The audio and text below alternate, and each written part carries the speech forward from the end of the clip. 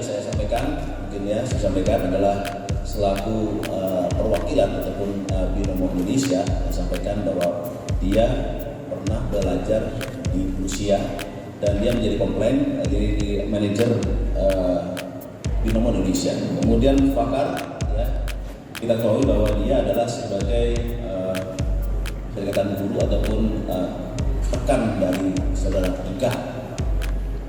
Fakar juga merupakan yang memainkan tentang Binomo tersebut. Yang ketiga, Wiki ini adalah orang atau admin dari saudara Ika.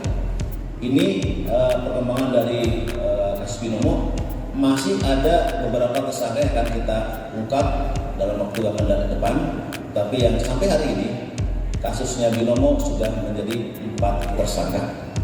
Kemudian nanti pendalaman bisa dijelaskan oleh para kasubdit. Kemudian terkait ini 3 orang ini 1, 2, 3 ya. Ada 3. Jadi langsung saja.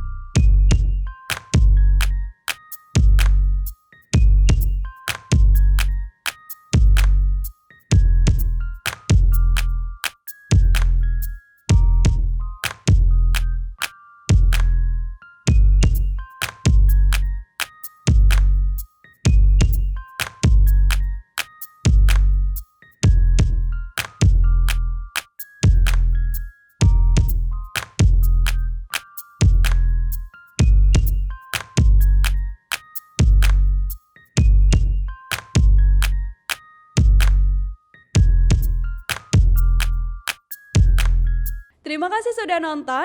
Jangan lupa like, subscribe, dan share ya.